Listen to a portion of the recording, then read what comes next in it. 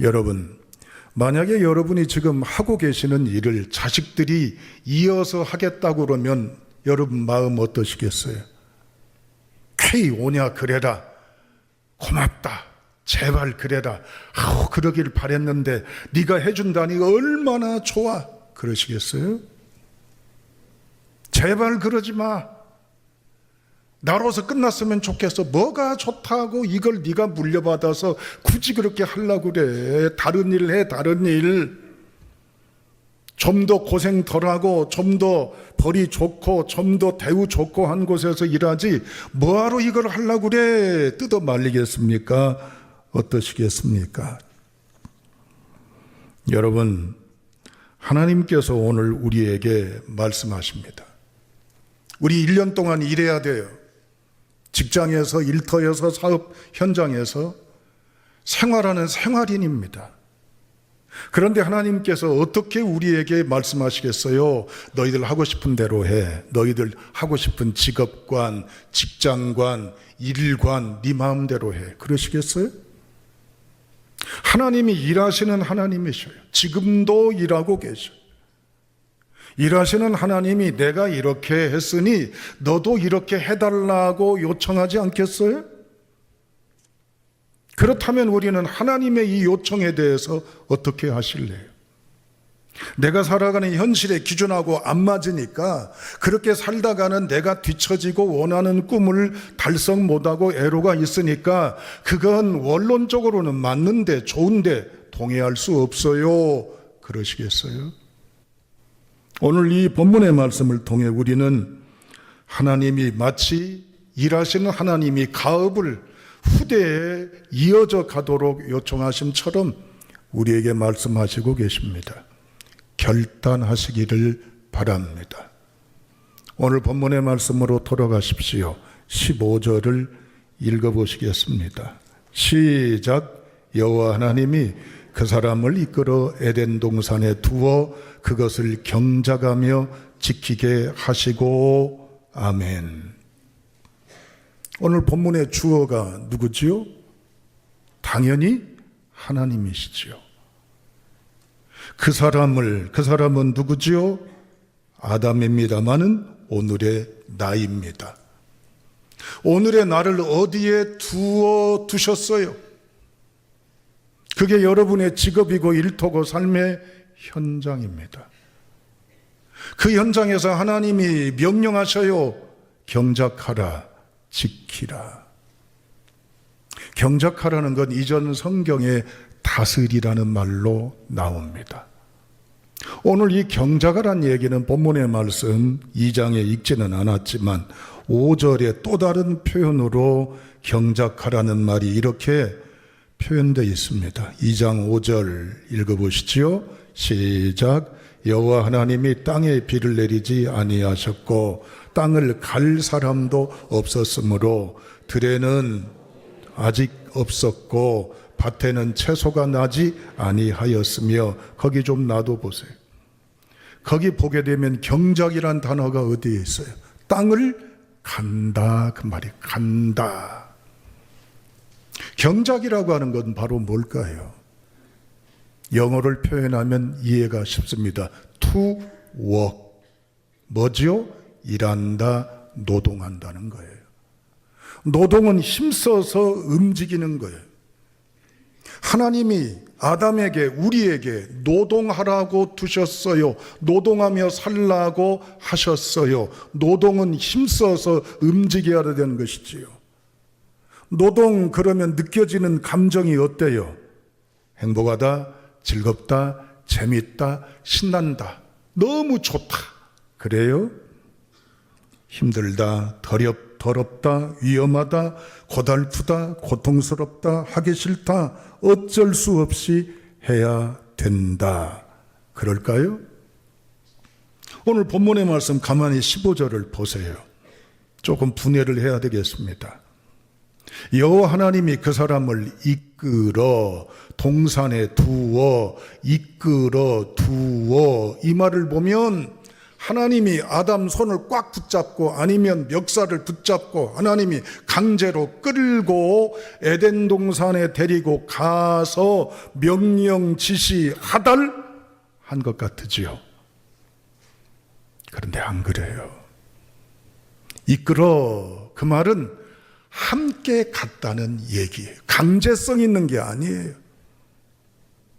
아담이 표정이 기뻐서 좋아서 행복해서 하나님하고 함께 에덴 동산에 갔어요. 그런데 하나님이 두어 그랬습니다. 두어라는 말은 머물다, 앉다, 평안하다, 안식하다 그 말이요. 너 이거 해! 그게 아니라 하나님이 제안을 했어요. 프로포즈를 했습니다. 이렇게 하면 어떻겠니? 경작하면 지켜주면 어떻겠니? 그러니까 아담이 그걸 싫어요, 안 해요. 그렇지 아니하고 편안하게 받아들이고 동의했다는 얘기예요. 하나님이 일하라고 아담에게 말씀하셨어요. 아담의 표정 엿보입니까? 어떠세요? 아담의 언어, 아담의 감정, 몸짓이 오늘 본문을 해석을 하니까 어때요? 어떤 것이 느껴져요? 아, 싫은데요? 저 못해요. 왜 저보고 그걸 하라고 해요? 아니, 왜 제가요? 저는 다른 거 하고 싶어요. 그거 안 하면 안 돼요? 이것이었어요? 아니잖아요. 누군가가 여러분에게 묻습니다. 요즘 하는 일 어때? 어떻게 지내? 하루하루 사는 게 너무 재밌어. 행복해. 감사해. 좋아.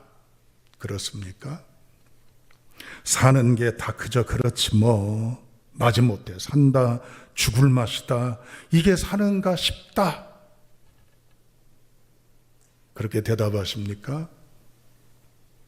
어떠십니까, 여러분? 사시는 게, 일하시는 게, 하루하루 지나가시는 게. 오늘 우리는 하나님의 말씀 앞에 결단해야 될 줄로 믿습니다. 새해도 우리 움직여야 돼. 땀 흘려야 돼요. 헉헉하며 지내야 돼요. 애써야 돼요. 그런데 하나님의 진리, 말씀의 원리 안에 있지 아니하면 또다시 고달픈 2025년도가 될 수밖에 없어요. 그런 날을 매일마다, 매주마다 힘겹게, 버겁게, 괴롭게 지낼 수밖에 없는 것입니다. 여러분, 죽느냐 사느냐 하듯이 갔냐 못 갔느냐, 오르냐 떨어지느냐, 이기느냐 지느냐, 만들어내느냐 아니면 놓치느냐, 긴장 속에서 살아가잖아요. 우리는 하나님의 꿈의 백성들입니다. 하나님은 오늘 본문의 말씀을 통해서 이 시대를 관통해 나가야 될 우리에게 하나님은 복음을 통해 우리가 이러한 사람으로 살기를 원하십니다. 일을 하되 하나님의 비전과 목적에 의해서 일을 하되 직장에서 일하되 일상에 살아가되 성령의 능력으로 생명력 있는 부흥의 삶이 되기를 하나님이 원하십니다. 그렇다면 우리는 세 가지의 기준에서 우리의 삶을 점검해 봐야 될 줄로 압니다. 그게 약칭으로 3M이라고 표현을 해봤어요. 첫째 M, 머니. 둘째 M, 미닝. 셋째 M, 미션. 이미 설교 다 끝났어요. 첫 번째 M은 뭡니까? 돈을 위해, 먹고 살기 위해, 생계수단을 위해 살아갑니다. 이래야지요. 먹고 살기 위해서. 그래야 살아가니까. 그래야 견디니까. 그래야 생존해 가니까. 누가 먹여 살려줍니까? 다 살자고 하는 일이잖아요. 그러나 돈 번다고 하는 게 나쁜 게 아니에요. 성경은요, 악이다라고 말하지 않습니다. 일해야 됩니다. 이게 에덴 동산의 원리, 삶의 원리입니다. 여러분, 전도서 10장 19절 말씀을 주목하십시오. 끝에 보세요. 돈은 범사에 이용되니라. 돈은 모든 일에 쓰여진다는 뜻이 아니에요. 여기서 말하는 이용된다는 얘기는 따라합니다. 돈은 모든 것을 해결해 준다. 그 뜻이에요. 쉽게 말하면 돈이 해결해 준다 그 말이에요. 일찍이 수천 년 전에 솔로몬은 그 당시 살아가는 그 시대의 경제관 속에 생활관 속에서도 인간들이 추구하는 우리의 삶의 연장에 바라는 돈, 재화라고 하는 게 얼마만큼 영향력을 끼치고 있는가를 뚫어보는 거예요. 돈이 최고. 하물며 자본주의 시대인 이 유물론적인 시대 속에 살아가는 오늘의 우리 물질 만능이잖아요. 예수님은요, 시대를 살아가는 물질 만능에 대한 경고를 두 주인을 섬기지 말라고 얘기를 합니다. 왜냐? 돈이 하나님과 같은 영향을 행사하기 때문입니다. 돈 있는 것이 성공의 척도로 생각해요. 돈 있으면 그 사람 앞에 쩔쩔매요. 돈이 위세요, 권세요, 힘이라고 하는 사실입니다. 심리학자들은 말이지요, 우리 하루 동안에 살아가는 사람들의 생각의 3분의 2 부분이 주로 뭘 생각하냐? 경제하고 연관되어 있는 생각을 하며 산다는 거예요. 그리고 일상에서 벌어지는 범죄의 90%의 원인을 추적을 하면 결국 무슨 문제요? 돈 문제, 경제 문제라고 하는 얘기인 것입니다. 그렇지만 사도 바울은 이렇게 데살로니가 교회의 교인들에게 촉구하고 있습니다. 데살로니가후서 3장 10절 먼저 보시죠. 자, 읽습니다. 시작.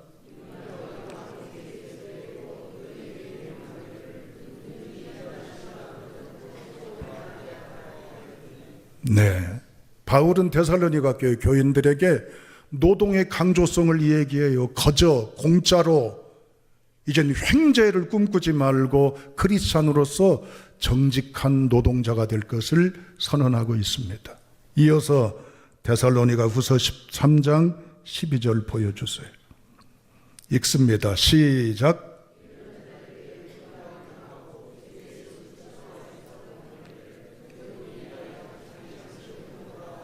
잠깐 멈추세요. 거기 중요합니다.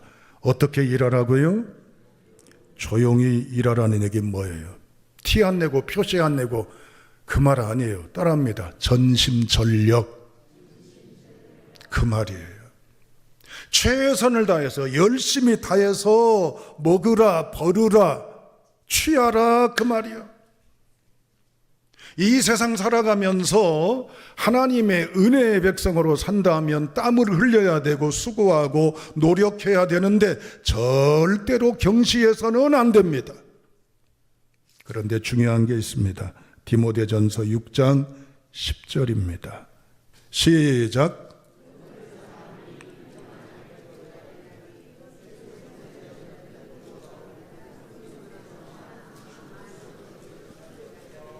아멘. 돈이 약한 건 아니지만 자칫 잘못하면, 중심을 갖지 못하면 그 돈이 나를 찌르고 나를 넘어뜨리는 위험의 요소가 될 수 있으니 힘써 일해야 된다, 최선을 다해야 된다. 그러나 조심하라는 얘기입니다. 두 번째, 미닝입니다. 이것은 의미, 가치, 보람에 대한 의식입니다. 예루살렘에 가면 마칸의 예후다라고 하는 번화한 거리가 있어요. 어느 날 성지순례하는 목사님이 그곳에 지나다 보니까 바이올린을 키고 있는 한 노음악가를 만났습니다. 그런데 이 표정이 너무 행복하고 즐겁고 신이 나서 어쩔 줄 몰라요. 사람들이 뭐 본체만체하고 지나가다가 앞에 놓인 바구니에 이제는 기부하고 동전하고 하는 일들이 별로 없음에도 신나서 어찌할 바를 몰라 해요. 유심히 보다가 어느 날 연주가 끝난 그 노인에게 가까이 다가갔습니다. 그리고 묻습니다. 매일마다 나오세요? 예, 매일마다 나옵니다. 그런데 연주하시는데 사람들이 보고 별 반응이 없고 냉담하고 지나치고 그러는데, 그리고 이 바구니에 동전도 별로 원하는 돈도 많지가 않은데 이것 가지고 살아갈 수 있습니까? 없습니다. 어렵습니다.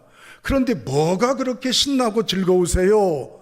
노인 가라사대, 저는 동전 보고 지나가는 사람들이 도와주는 것 보고 연주하려고 이 자리에 나온 게 아닙니다. 연주하는 게 신나고, 연주하면 재밌고, 연주하면 감동이 되고, 연주하면 행복합니다. 그래서 이것을 하는 겁니다. 할렐루야. 사랑하는 여러분, 물어볼게요. 지금 전업주부로 때로는 일터에서 삶 속에서 살아가는 것이 재밌어요, 의미가 있어요, 보람 있어요, 가치가 있어요, 만족해요. 아멘. 기독교 어느 연구소에서 크리스찬 직장인들에게 설문조사를 했어요. 예수 믿는 사람들만 쏙쏙 골라가지고 물어봤어요. 지금 현재 다니는 직장에 대한 이직, 떠날 생각을 가지고 있습니까? 라고 물었더니 3분의 2가 예, 그랬어요. 왜 그렇습니까? 이유가 많아요. 회사 정책과 자신의 비전에 차이가 있어서, 적성에 맞지 않아서, 환경의 변화가 필요해서, 대인관계 어려움 때문에, 박봉, 경무 때문에 등등등 순으로 대답을 했어요. 옛날에는 이제는 박봉, 봉급이 작아서 옮기는 것이 많았지만 요즘에는 의미나 가치가 없으면 옮기려고 그래요. 그런데 묻습니다. 새로운 직장에 옮겼다고 해서 거기서 만족과 의미와 가치와 보람을 누릴 수가 있을까요? 천만의 말씀입니다. 어떤 직업에도 미래는 없습니다. 미래는 바로 그 직업을 가진 사람 자체에 달려 있는 거예요.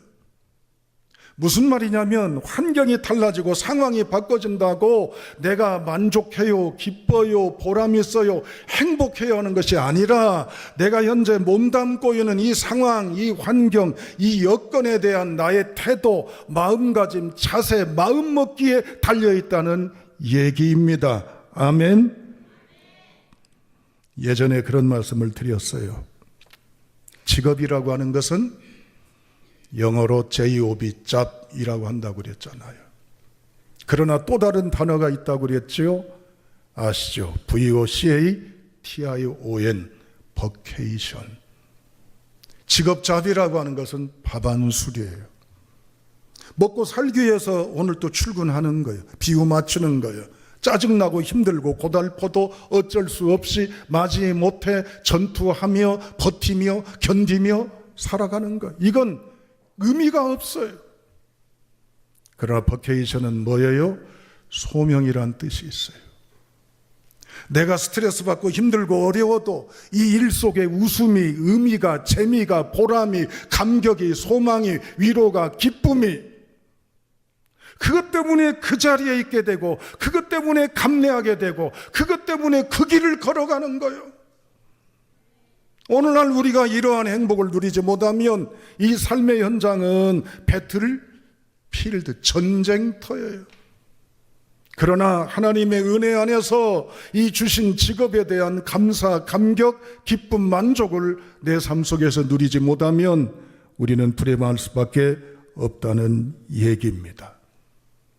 이제 마지막으로 우리는 미션, 사명의 마음을 가져야 될 줄로 압니다. 미션은 바로 뭐냐? 선교라고 생각합니다. 선교입니다. 보냄을 받는다는 뜻이에요. 여러분, 이 보냄을 받는 건 사명이에요. 사명은 시킬 사, 명령명, 목숨명이라고 하는 얘기입니다. 오늘 본문의 말씀에 보면 하나님께서 아담에게 눈 부릅뜨고 큰 소리하고 강압적으로 독주하며 일방적으로 말씀하신 걸까요? 아니에요. 같은 마음을 모아 권하고 제안할 때 아담은 기꺼이 그걸 받아들인 것입니다. 우리의 1년 동안 살아가야 될 삶의 현장의 일터, 생활 현장은 따라합니다. 하나님의 일의 현장입니다. 아멘. 따라합니다. 하나님의 선교 현장입니다. 아멘. 선교는 해외만 가서 하는 게 선교가 아니에요. 선교는 하나님이 보내신 곳에서 하나님의 의도대로 하나님의 관점에서 하나님의 비전을 가지고 하나님의 의에서 살아가는 게 선교입니다. 기독교 신앙은 성스러운 이 일은 여기 있는 목회자에게만 해당이 되는 게 아니에요. 이 예배당에서 벌어진 일만이 아닙니다. 일상의 삶의 현장에 다양한 직종, 분야, 지위, 여건이 있어도 그 자리, 그 위치, 그곳에 두신 것은 하나님의 일이라고 하는 사실을 놓치지 마시기를 주님의 이름으로 축복합니다. 골로새서 3장 23절 보시죠. 골로새서 3장 23절입니다. 시작.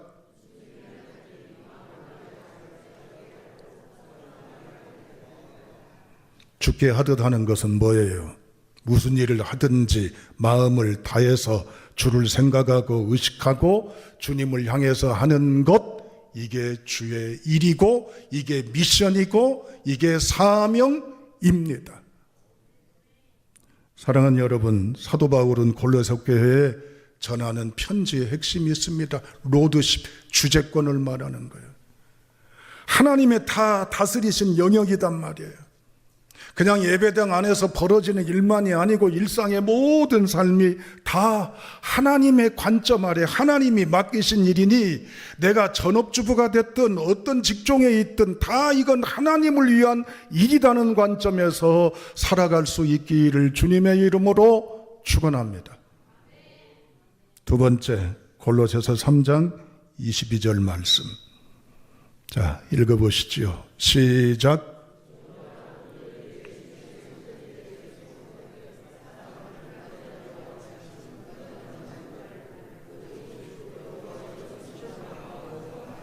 멈춰주세요. 종들아 그랬습니다. 우리 대부분 대표, 사장, 회장 아니에요. 고용받은 사람들입니다. 소속된 사람들 맞죠? 우리에게 뭐라고 합니까? 쭉 가다 보면 중간쯤에 눈가림만 하지 말고 그랬습니다. 아이 서비스로 나와요. 하는 척 눈치 보며 적당히 해. 굳이 그렇게 할 필요가 있어 하지 말고 오직 주를 두려워하여 이제는 보시는 눈이 있다는 얘기. 누가? 하나님이 보시는 눈을 의식하고 주인은 의식하지 말고 하나님 앞에 있는 걸 생각하며 성실한 마음으로 일하라 그 말이에요. 이제 마지막 세 번째입니다. 따라하시겠습니다. 일의 상급은 하나님이 역사하십니다. 골로새서 3장 24절 마지막으로 보고 결론을 내리겠습니다. 자, 읽어보시죠. 시작.